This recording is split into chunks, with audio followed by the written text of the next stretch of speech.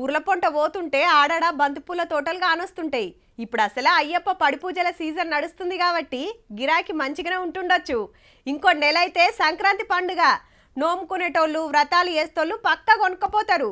అట్లనే ఆడాడ గులాబీ తోటలు, మల్లె తోటలు, కనకంబరాల తోటలు కానొస్తుంటాయి. కానీ ఈ పువ్వులు మాత్రం ఏడనో పోతాన కానొస్తే అదే ఎక్కువ. ఇంతకు ఆ పూలేంది, అటు కథ ఏంది అరుచుకుందాం పాండ్రి.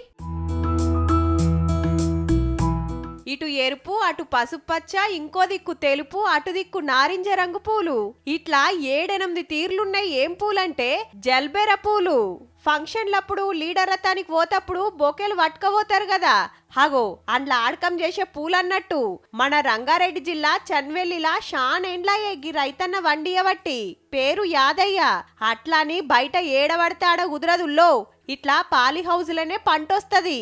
నీళ్లు వారిచ్చుడు, మందులు కొట్టుడు అంత డ్రిప్ సిస్టమే.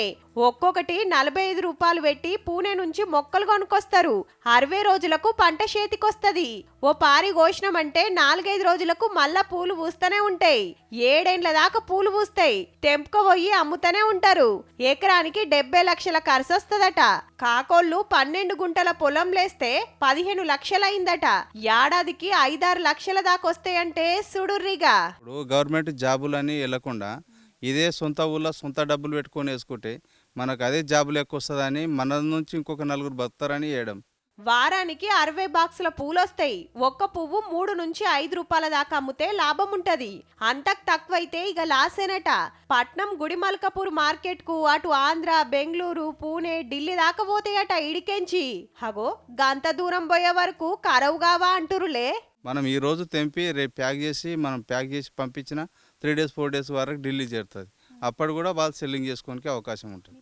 అయితే 9 ఏండ్ల కిందటి దాకా సెంటరోళ్ళు సబ్సిడీ ఇచ్చేది.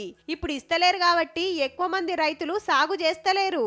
ఎంత చదివినా కొలువులు వస్తలేవని నారాజు కాకుండా అద్దెక్రమో ఎకరమో ఉంటే గీ ఉపాయం చేస్తే మంచిదేమో ఆలోచన చెయ్యుర్రే అన్నలు.